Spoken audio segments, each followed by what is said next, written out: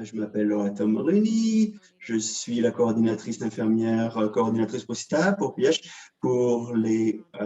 et je travaille à partir de l'hôpital de Toronto, Toronto General. Bonjour, je m'appelle Kelly Goring, je travaille dans le Backroom Clinic, je suis une infirmière coordinatrice,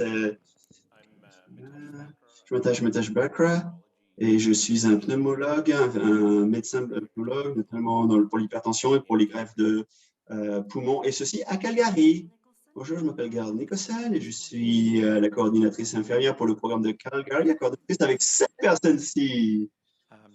Bonjour, je m'appelle David Langley, je suis cardiologue et je travaille à Montréal.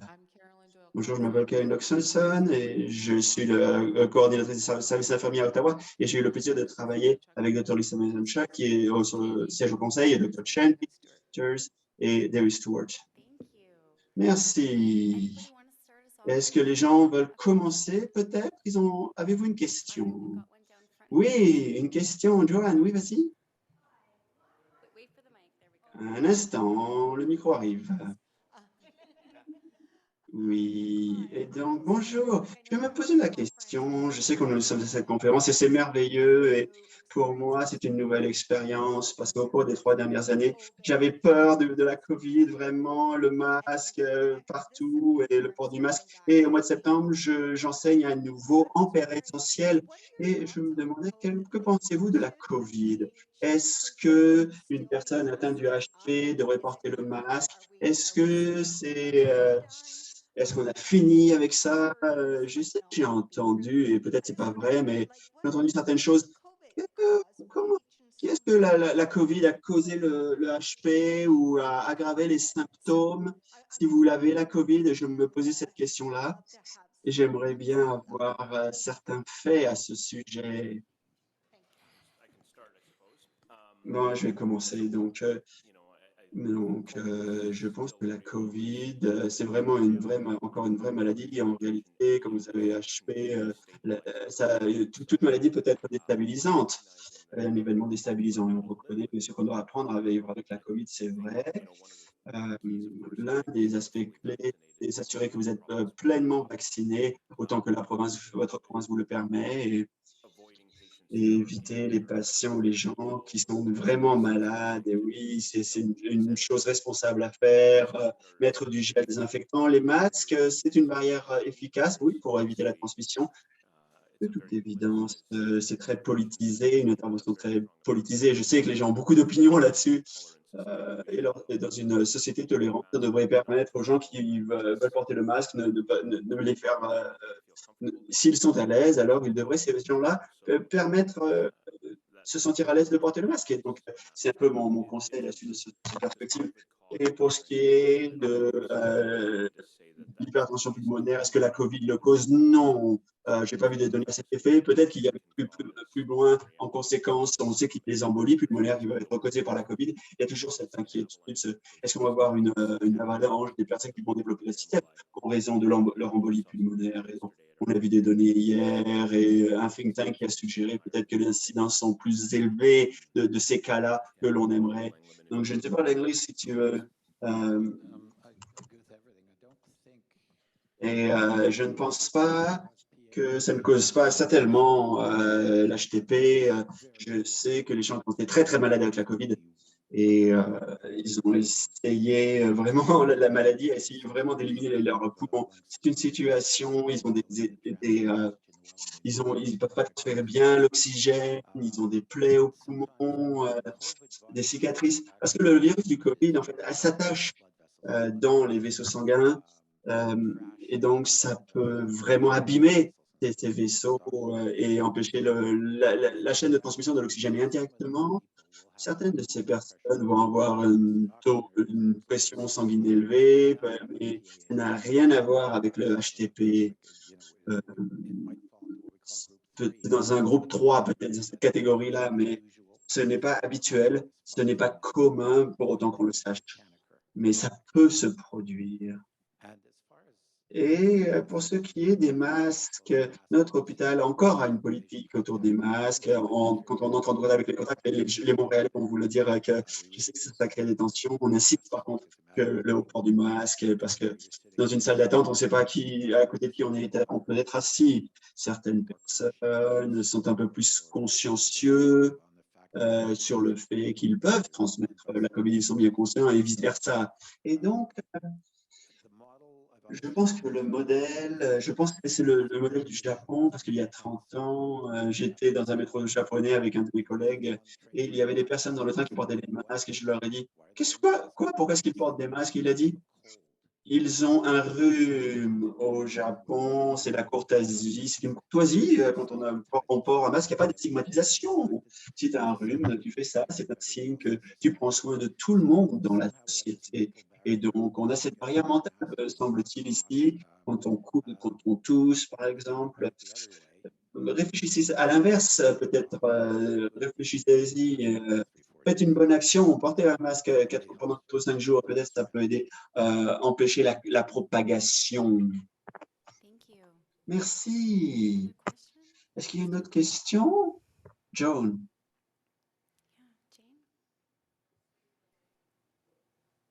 Inaudible.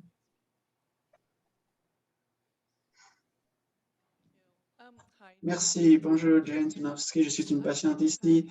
J'ai idiopathique par hypertension artérielle pulmonaire hypotapie. Je ne sais pas pourquoi en fait j'ai eu cette cause de cette maladie pulmonaire. Mes collègues se demandent ici à propos du moisi, de la moisissure, comme l'amiante et son rôle pour ce qui est des conditions pulmonaires, comme des affections pulmonaires, comme ce qui nous concerne aujourd'hui, la HP. Pouvez-vous réagir? Donc, nous savons qu'il y a un certain nombre de causes des maladies pulmonaires. Il y a des boursiers qui étudient ça. Bien sûr, il y a une sorte de choses que l'amiante peut causer et l'hypertension pulmonaire, oui, ou HTP, précisément, ce n'est pas sur cette liste, mais d'une manière un peu détournée, l'amiante, il peut y avoir des cicatrices, il peut y avoir l'hypertension pulmonaire de groupe 3, mais on n'associe pas cela avec la HTP. Il y a beaucoup de travail très intéressant qui se fait sur les effets inflammatoires du microbiome, c'est-à-dire tous les organismes qui vivent à l'intérieur de nous, le microbiome, que ce soit dans l'intestin, par exemple, et ce que ça peut faire aussi, cette inflammation, pour ce qui est de causer la HTP. Nous n'avons pas identifié encore des organismes précis qui font cela, mais il y a du travail très intéressant qui se fait là-dessus. Pour ce qui est du moisi, ainsi que d'autres produits microbiologiques, on en apprend encore beaucoup là-dessus. On a encore beaucoup à apprendre sur cette affection. Merci. Oui, Ian Gibson, je suis un proche aidant et je suis un parent également. Voilà, nous le sommes tous. Il y a quelques temps de cela, il y avait un Stafford Trail où il y avait des cellules souches à Ottawa, une recherche qui s'est faite à Ottawa, et les cellules souches, la COVID a compliqué les choses pour être engagé dans ce processus, ça a compliqué les choses. On n'a pas eu de masse critique pour le nombre de personnes qui voulaient faire cette étude. Donc, le financement a été retiré, mais il y avait une personne, par contre, là-bas, dans notre groupe de soutien, qui avait montré vraiment des grands espoirs là-dessus. Est-ce que vous pensez qu'il y a un potentiel pour relancer vraiment cette approche autour des cellules souches pour traiter de la maladie?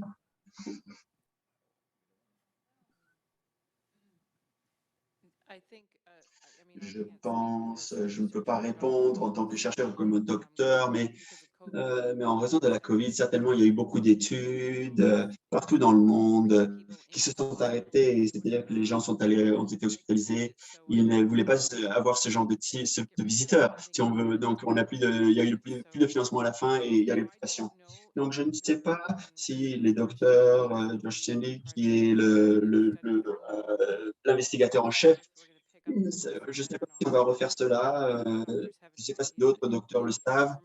Mais selon moi, selon mon opinion, et quand j'ai vu les gens faire cet essai clinique, il semble-t-il, ils allaient pas mal bien. Donc, on avait vraiment l'espoir qu'il y ait plus de personnes. Il y a aussi des critères très stricts pour s'engager dans cette étude. Par exemple, les gens qui marchent trop loin, ou on a besoin de savoir, par exemple, à la fin d'une étude, est-ce que tu es capable de marcher un peu plus loin? Si tu marches déjà longtemps, alors on ne le saurait pas. Donc peut-être, si on a cette étude, si c'est quelque chose qu'on fait à nouveau et regarder les critères, examiner les critères, qu'est-ce qu'on pourrait changer? Parce que certainement, je pense qu'il y a beaucoup d'avantages, effectivement, à pour vos propres cellules qui vont vous aider, parce qu'on sait que ces médicaments ont des effets indésirables, donc ce serait vraiment super. Oui, certainement. C'était pas de la mauvaise volonté, c'était vraiment à cause de la COVID. On était un centre participant, on ne pouvait pas y participer nous-mêmes parce que il y a des études faciles et des études plus difficiles. Par exemple, une pilule, le centre donne la pilule à la patient, au patient, c'est simple. Mais ceci nécessite des échantillons de cellules, par exemple. Et ce n'est pas si difficile que ça. En fait, c'est standardisé, normalisé. Dr. Stewart, il a fait ça très bien, 100 heures. Mais le problème pour nous, c'est qu'on n'avait pas une unité de traitement de cellules, une unité de cellules de traitement à Montréal qui pouvait le faire. Mais j'ai coopéré avec certains docteurs pendant un certain nombre d'années. On travaille vraiment de manière étroite l'un et l'autre. Ça me rend triste de leur dire, ah, regarde, je lui ai dit que je ne pensais pas qu'on va être capable de faire cela. Et ça m'attriste parce qu'on n'a pas d'unité de traitement de ces cellules. Et on va pas envoyer nos patients à Ottawa et vice-versa. Ça n'allait pas fonctionner. Et donc, l'étude s'est arrêtée. C'est pas parce que, elle s'est arrêtée pas parce que pour des raisons négatives en lien avec l'étude ou l'essai, il n'y avait pas de catastrophe, il n'y avait pas d'effet indésirable majeur, et simplement c'était la logistique. Et quand la COVID est arrivée, ça a eu une incidence sur tous les autres centres. Et les entreprises étant ce qu'elles sont, et notamment les entreprises américaines, ils veulent vraiment des résultats tout de suite, prochain trimestre. Personne vraiment regarde sur le long terme. J'espère que ça va être relancé, comme je l'ai dit. Le concept, les cellules souches sont capables de régénérer les choses et d'administrer aussi les cellules souches, de modifier les cellules souches pour produire des avantages. Des avantages. Ce sont des bons concepts. Et je doute vraiment que cette stratégie va être abandonnée, mais je pense on va y revenir et qu'on va réadopter cette stratégie. Vous avez 2 centres de recherche ici en avant. Vous avez l'hôpital juif, puis à Calgary, vous avez un centre de recherche. Je voulais savoir qu'est-ce que vous pensez de l'apabétalone, la recherche sur l'apabétalone. Apabétalone. C'est un... Laura, should I speak in French or English? English is fine, it'll translate. Vous pouvez, ça va être traduit. Certainement, vous posez la question à savoir. Vous demandez, la question ne devrait pas être posée. C'est le groupe de M. Provencher. Je peux te dire ce que j'en pense. Moi, mais nous découvrons de plus en plus. Plus on comprend les choses sur les cellules, la biologie des cellules ou la biologie cellulaire, et il y a des choses très fondamentales, des mécanismes fondamentaux et des chemins fondamentaux qui mènent à la blessure et à la réparation. Et certains chemins sont activés, cheminements supprimés ou stimulés et qui peuvent mener à des blessures. Et parfois les mêmes cheminements ou d'autres mènent à de la réparation. À HTP, il est évident qu'on a de multiples chemins qui sont liés avec les blessures, mais aussi nous avons un déficit ou des problèmes pour les cheminements multiples qui peuvent mener à des réparations. Ababétalol est vraiment en lien avec un chemin fondamental. Et la bonne nouvelle, c'est que pourtant que je sache, ça a été utilisé pour d'autres maladies. Donc, on sait à peu près ce que ça fait chez les humains, les êtres humains. Et en raison de cela, c'est un agent qu'on peut maintenant transférer au HTP, au domaine HTP, de manière plus facile que si, par exemple, si on n'avait aucune idée de ce que ça fait, ceci.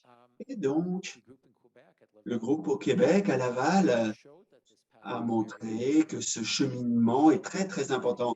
Il y a un médicament qu'on peut utiliser et Et quand une recherche clinique, un projet de recherche clinique est établi,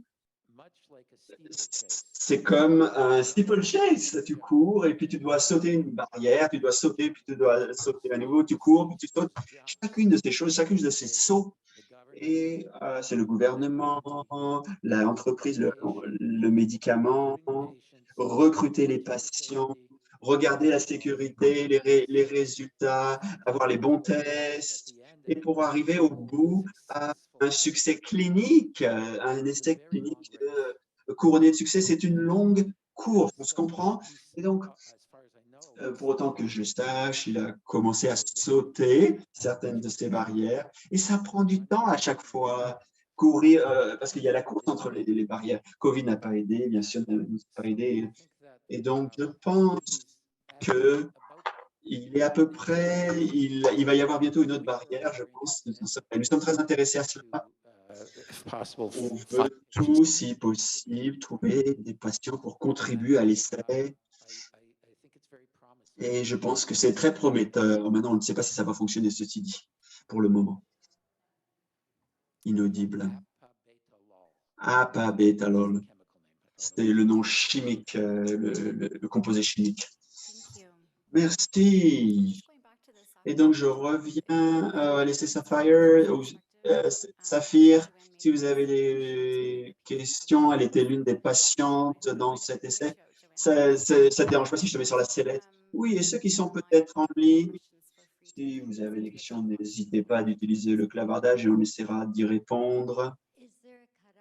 Est-ce qu'il y a un âge limite pour la greffe de poumon? Et s'il y en a un, quelle est-il, cette limite d'âge? Quelle est-elle? Donc, non, ce n'est pas rien de formel. Vous savez, c'est dépendamment de l'expérience et de leur greffe. Bien sûr, on a travaillé, nous, avec des patients âgés qui étaient greffés et pour chaque programme, il va y avoir une âge limite qui est dépendamment du programme. Donc, mais en règle générale, si tu as lu les manuels il y a 10 ans, il disait 65 ans, il s'arrêtait là. C'était vraiment une limite, un seuil absolu. Et la plupart des programmes de nos jours, dépendamment du patient, et d'autres caractéristiques de leurs antécédents médicaux, vont offrir des greffes, même à des personnes qui ont 70, 71, 72 ans. Et la plupart des programmes que je connais, probablement ne vont pas offrir des greffes pour les personnes qui sont plus proches de 80 ans. C'était vraiment assez nuancé, c'était vraiment personnalisé par rapport aux risques et aux avantages de cette greffe à cet âge-là. Donc, il n'y a pas un seuil strict, mais à peu près dans cette zone. Une question en ligne de Jolène qui nous pose la question suivante. Quel est le rôle des exercices, du test d'exercice pulmonaire et le diagnostic et la gestion du HP? C'est une très, très bonne question et c'est palpitant pour nous. Le test d'exercice pour le HP, une personne est sur un vélo stationnaire, puis alors cette personne, progressivement, ils intensifient leur effort avec le vélo, avec plus de résistance, on peut regarder la consommation d'oxygène, le CO2, l'exhalation, l'inhalation, et savoir pourquoi la personne va s'arrêter dans cet exercice. Est-ce que c'est le côté pulmonaire? Est-ce que c'est les muscles? Est-ce que c'est leurs poumons? Peut-être c'est d'autres choses, etc., etc. Donc, c'est très utile comme outil. Je pense qu'on essaie encore d'apprendre comment mieux l'utiliser, ou bien l'utiliser. Je parlais à Laura. Elle peut faire un commentaire là-dessus, mais dans le groupe 4, pour le HP groupe 4, STIPAT, on y pense beaucoup à et ça fait partie, c'est normalisé, c'est standard pour nous. Et pour la population du HP, c'est très important pour les personnes qui peuvent marcher et qui marchent trop loin. Ça va trop mieux pour un test de 6 minutes. On ne peut pas voir les changements subtils. Et donc, STIPAT a vraiment un rôle à jouer. Là, ça doit être fait soigneusement, parce que parfois les gens sont plus malades parce qu'il y a certains risques associés à ce test d'exercice ou ce test d'effort. Et c'est un outil utile pour nous. Je voudrais rajouter que, eventually avec les caillots sanguins dans les poumons et avec les cicatrices, c'est permanent également. options that we Si offer tu in à this group. So Toronto, we have a surgery and euh, s'il y a 2 options que nous offrons dans ce groupe, il y a aussi, par exemple, une chirurgie, on regarde la cicatrice, surgical procedure. peuvent revenir, une hypertension pulmonaire. Et donc, c'est une procédure guérissable. Et ce qu'on observe, c'est que au niveau microvasculaire, les gens qui ont la maladie, plus profondément dans les poumons, ils sont essoufflés et ça a un effet sur leur vie. Et c'est trop pour les chirurgiens pour atteindre cette zone et peut-être qu'ils vont avoir un électrocardiogramme normal, par exemple, mais qui ne montre pas finalement l'HP et on ne peut pas décrire pourquoi il continue à être essoufflé. Et ça devient, c'est plein de défis parce que c'est une procédure vasculaire bien moins effractive. Il va y avoir une procédure ouverte. We are still trying to diagnose and understand why these people are short of breath when they're having normal testing otherwise. And so this CPET is something that we're Donc, routinely l'idée ici, c'est que c'est un test qu'on fait de plus en plus et qu'on offre à ces individus qui, normalement, n'auraient pas accès à la chirurgie ou à cette opération avec le ballon. Just want to make one comment. As we're Bien, un commentaire là-dessus. Dr. Ali Abou Al-Saad with a very active VPA center. We've done several. Il y a un centre très actif où on a fait beaucoup de VPA à Québec, à Montréal, avec d'excellents résultats. There are centers across Canada that Donc, il y a des centres un peu partout au Canada, en principe, qui ont des bons résultats avec ça. Oui, et un autre commentaire. On avait un patient avec une maladie embolique chronique. On la rencontrait souvent. Elle avait beaucoup de symptômes, mais la catégorisation était normale, l'échocardiogramme était normal. Elle était presque une athlète avant, donc elle était très, très déçue de son souffle court. Elle toussait du sang parfois. Et à cause du CPAP, elle est allée à Toronto. Dr. Dupro a décidé, basé sur ce test, en fait, qui montrait qu'elle serait bonne candidate pour la chirurgie. Elle a eu ce soin et ça a été super bien et ça a grandement amélioré sa situation. Donc oui, un bel outil, effectivement. On a plus de questions en ligne. Une question de Duncan. Pour ceux qui sont sur de grandes doses de médicaments dilatatoires, parfois ça mène à une hypotension. Quelles précautions avec, par exemple, des comprimés de sel pour maintenir une tension sanguine adéquate sans détériorer la situation du côté de l'HTP? So, I teach my medical residents. Bon, moi, j'enseigne à mes résidents en médecine de traiter un patient, pas un chiffre. My question back to that is Ma question en réponse, c'est comment est-ce que la personne se sent? people, unless they're very, very tall, Les gens, à moins d'être très grands, low blood pressures and feel peuvent okay, tolérer assez bien une as long hypotension. they're Une hypotension sanguine en autant qu'ils ne deviennent pas étourdis ou ce genre de choses. pH medications Les bénéfices de la médication pour l'HTP, c'est typiquement beaucoup plus de poids par rapport aux effets indésirables. S'il y a étourdissement ou que justement il y a une chute de pression à certains moments, alors il faut tout simplement évaluer, OK, est-ce qu'ils sont surmédicamentés? Est-ce qu'on peut ajuster leurs médicaments pour la HTP pour avoir un peu plus de tension artérielle? Ou y a-t-il une autre raison? Il y a peut-être une autre maladie en cause. Est-ce qu'ils sont souvent au repos? Donc, ils sont comme des astronautes, ils ne sentent pas beaucoup la gravité. Donc, quand ils se lèvent, il y a une chute de pression qui se passe parce que leur corps n'est pas habitué.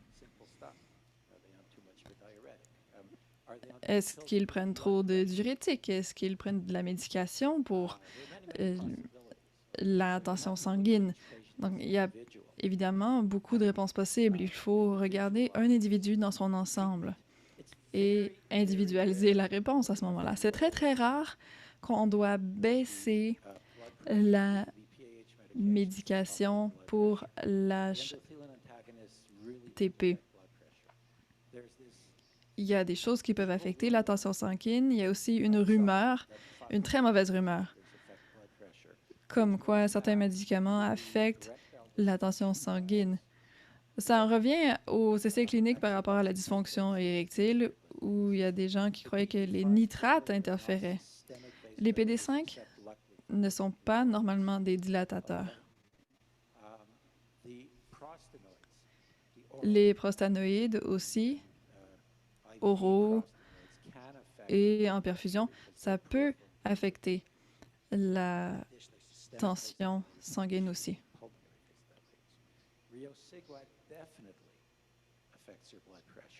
Il y a des médicaments qui, oui, effectivement, affectent la tension sanguine, mais typiquement, c'est gérable.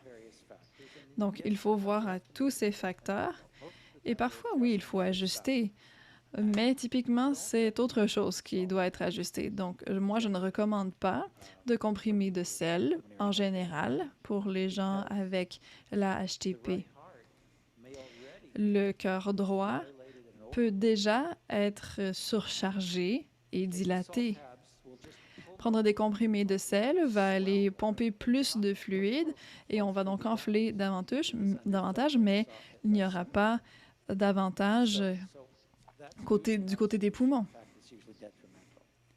Donc, typiquement, même, c'est une mauvaise idée.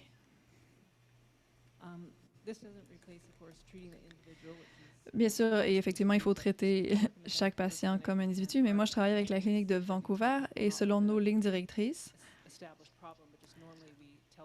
normalement, on dit aux gens que le sel, bon, on peut prendre 2000 mg par jour, en fait, en bas de ça. Si vous voulez un chiffre, juste pour vous orienter, et côté fluide, on dit moins de 2 litres par jour. Oui, aussi du côté du programme de Calgary, je suis bien d'accord avec la dame de Vancouver, mais on a beaucoup de patients, surtout s'ils sont en triple thérapie, ils peuvent tolérer une pression sanguine faible. Il y en a qui ont à peu près 70-80 en systolique et ça va bien. Et donc, c'est là la prise en charge. Les infirmiers et les infirmières regardent aux symptômes. S'il y a des problèmes de symptômes, comme mon collègue l'a dit, on va regarder est-ce qu'il y a des hydratations, est-ce qu'il y a problème avec d'autres médicaments. Mais les problèmes, c'est que, en fait, la vérité, c'est qu'une pression sanguine faible est parfaitement tolérable dans beaucoup de cas. Merci pour la question. Est-ce qu'il y a d'autres questions dans la salle?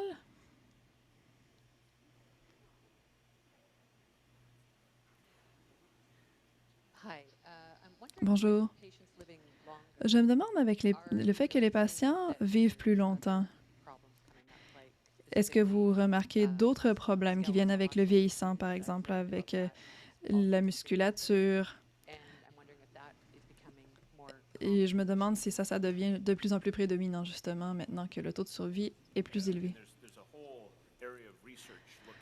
C'est certain qu'il y a une sphère de la recherche qui se penche là-dessus pour toutes sortes de maladies chroniques, donc la fragilité et le vieillissement. C'est en gros, oui, le volume musculaire, la force musculaire et la possibilité en général de se mouvoir. Donc oui, c'est une grande sphère de recherche dans le monde de l'hypertension pulmonaire. Comment continuer d'avoir des patients qui peuvent continuer de se mouvoir et maintenir leur force musculaire. Il y a beaucoup de questions par rapport au programme de réadaptation pour les patients atteints d'HTP, par exemple. Donc oui, une grande sphère de recherche. Cela dit, il y a une tendance qu'on a observée. C'est facile de perdre de la masse musculaire et de la force musculaire. Donc, il faut faire un effort conscient de continuer de maintenir ça le plus possible à mesure que la maladie se développe. Oui, un commentaire aussi par rapport à ça, et on pourra peut-être élaborer davantage, mais sur le fait de vivre plus longtemps, on a des patients qui ont une historique de problèmes avec les tissus connectifs. Et ce que j'ai vu, c'est que certains d'entre eux ont le cœur gauche qui devient rigide à cause de la maladie conjonctive, et donc la pression du côté gauche du cœur augmente.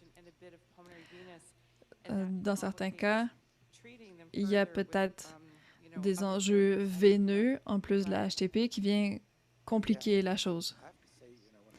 Oui, je peux élaborer là-dessus. Je dois dire qu'auparavant, ce qu'on espérait pour les patients, c'était d'avoir plus de temps. Tragiquement, au début, c'était impossible. Maintenant, on est dans un nouveau monde. C'est loin d'être parfait, mais on est dans une nouvelle ère où une survie est possible. On veut voir nos patients vieillir, mais on reconnaît qu'ils vont subir les mêmes problèmes du vieillissement que tout le monde. Donc oui, le cœur devient plus rigide. Les gens développent de l'arthrite. Les gens ralentissent leurs activités aussi, c'est normal. Mais peut-être qu'ils vont perdre plus de masse musculaire s'ils sont atteints de la HTP. Les gens avec aussi de la maladie des tissus conjonctifs peuvent aussi développer plus de problèmes par rapport aux muscles. Ça n'a pas été observé particulièrement du côté de la HTP idiopathique, mais il y a des anomalies métaboliques, des anomalies par rapport aux fibres musculaires qui permettent la contraction. Donc, et ça, c'est pas normal avec la HTP idiopathique, pardon. C'est peut-être tout simplement qu'il y a une autre maladie en cause, on ne le sait pas. Je dirais que tous ceux qui ont perdu un peu de masse musculaire dans les dernières années, c'est normal, hein? On était enfermés chez nous, confinés, on était beaucoup moins actifs. Je le remarque très fréquemment. Beaucoup de patients me disent qu'ils sont déconditionnés par rapport à il y a quelques années et à divers degrés, peu importe ce qu'ils avaient au préalable avant la COVID. Donc, ce n'est pas surprenant que les gens se sentent plus fatigués et voient leur capacité à faire de l'exercice qui a diminué. Et oui, c'est difficile d'aller regagner cette capacité. Donc, c'est ce que je dis aux gens. Allez-y, allez-y, poussez-vous plus loin. Thank you. Merci. Michael, this one over here.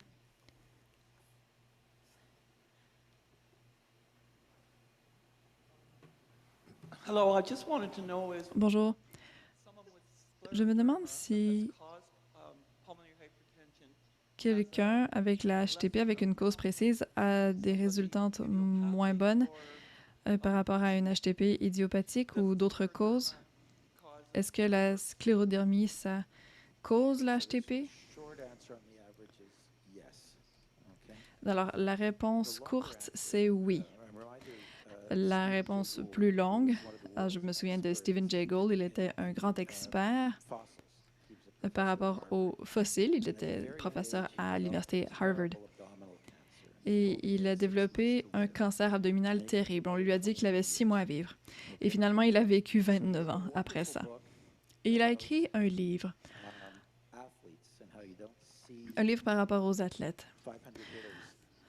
Comme quoi, je pense que ça s'appelle 500 quelque chose. Enfin. Donc, on voit beaucoup de gens qui atteignent la moyenne, certes, mais lorsqu'on monte les courbes en années et tout ça, il s'agit bien sûr d'une moyenne. Et il y a des gens là-dedans pour qui ça va très bien et d'autres pour qui ça ne va pas du tout. Et ça forme une moyenne. Donc, c'est très difficile d'individualiser les choses à partir d'une courbe moyenne. Donc, on peut se dire, quelqu'un atteint de sclérodermie, en moyenne, va moins bien se porter que quelqu'un qui a un autre type d'HTP. Bon, ce n'est pas étonnant parce que, bon, premièrement, il n'y a pas de remède à la sclérodermie. Aussi, la sclérodermie peut affecter plus d'un organe. Lorsqu'on a la HTP idiopathique, ça n'attaque pas d'autres organes. Mais la sclérodermie, oui, c'est possible. Donc, quand on regarde les courbes moyennes, on se dit, bon, est-ce que cette personne est malade de la HTP ou à cause d'autres choses liées à la sclérodermie? Et apparemment, ce serait un peu des deux, la réponse. Donc, la réponse courte, c'est oui, mais la réponse plus longue, c'est aussi que toutes nos thérapies améliorent les choses. On ne peut pas faire référence à un individu, mais seulement à un groupe. Même avec nos études récentes, le groupe de sclérodermie était petit, mais distinct, et ça a montré que la sclérodermie bénéficiait, les patients, c'est-à-dire bénéficiaient de la médication. Donc, voilà, c'est un peu le point de vue. Thank you. I have time for one more question. Merci. On peut prendre une question de plus?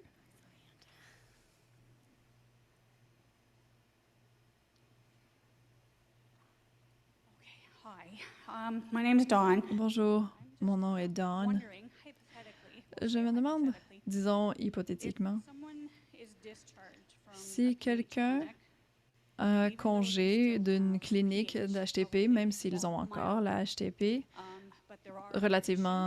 une version relativement moins grave, mais il y a quand même des enjeux cardiaques et autres enjeux pulmonaires, et qu'on essaie de voir qu'est-ce qui a causé la HTP, un ou l'autre ou les deux, et qu'on demande à un pneumologue de continuer le suivi. Je me demande pourquoi la prise en charge se passe comme ça. Je suppose qu'il y a plusieurs raisons possibles, mais est-ce que vous savez pourquoi ce serait le cas et jusqu'à quel point est-ce que je devrais insister pour retourner à la clinique? Évidemment, s'il y a une détérioration, mais sinon, y aurait-il d'autres raisons? C'est toujours difficile de traiter un cas en particulier. Dans un an, on voit des centaines de personnes qu'on réfère à leur médecin. Je suis certain qu'on est tous ici, qu'on a tous le même point de vue, mais nous, on s'assure que la personne a reçu la bonne évaluation et le bon diagnostic. En fonction de ça, on peut planifier les choses. Si je crois que quelqu'un a beaucoup de maladies pulmonaires, on les renvoie à leur médecin. S'il y a un problème cardiaque du cœur gauche, eux aussi, on les renvoie à la clinique de cardiologie. On les renvoie pour qu'ils voient des gens qui peuvent gérer ces enjeux comme l'insuffisance cardiaque. Pour quelqu'un atteint d'insuffisance cardiaque, c'est pas anormal, c'est pas peu fréquent pour moi de dire, bon, s'il n'y a pas d'HTP ou très peu d'HTP, comme si c'était lié à l'insuffisance cardiaque, ben alors ce sera le cardiologue qui devrait le prendre en charge. Bien sûr, notre porte reste ouverte, mais c'est rare que les gens nous reviennent parce qu'ils sont pris en charge pour leur cardiopathie congénitale adéquatement. Maintenant, s'il y a quelque chose d'extrême ou si on suspecte un CTEPH, une opération thromboembolique, alors oui, on les revoit. Quelles sont les critiques, les approches ailleurs au pays? Eh bien, à Ottawa, par exemple, nos médecins, c'est comme ça qu'on entraîne aussi les résidents d'ailleurs. L'hypertension pulmonaire, ça peut être causé par bien des choses. Typiquement, ce n'est pas la thromboembolie chronique. Donc, si un patient a une insuffisance cardiaque ou pulmonaire, et ce n'est pas une HTP de groupe 1, alors on les retourne au médecin référent avec des suggestions de prise en charge.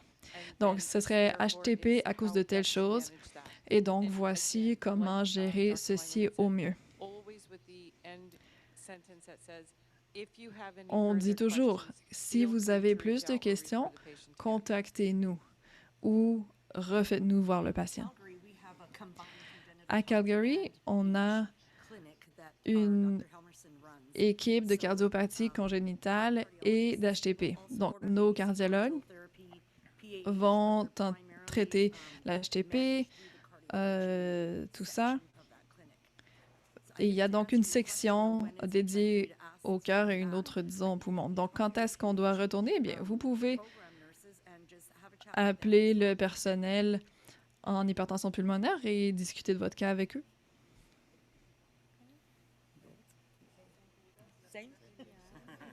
Même chose, oui, même chose. Thank you so much, everyone, for Merci beaucoup tout le monde. Merci pour vos questions. Merci à nos panélistes. If you still have questions, these Si vous wonderful avez folks are encore des here. questions, ces Maybe, gens sont corner them ici, along des the way. You can nôtres. see if Vous they'll pouvez answer aller some of your peut-être questions. We les are trouver going to pendant la break right pause. now, so we Donc, are break for the next on half an prend hour, so la 2:15 pause to pour 2:30 or presque 30 2:45. minutes, donc And jusqu'à we'll be back 14h45. 2:45 for On our revient à closing plenary 14h45 on pour looking at, notre future plénière research trends. I de encourage you to come back to conclusion that, and sur then we'll wrap la up for the day. recherche. So Et thank you ensuite, all on va so much, terminer and la we'll see you journée. again soon. Alors, à bientôt.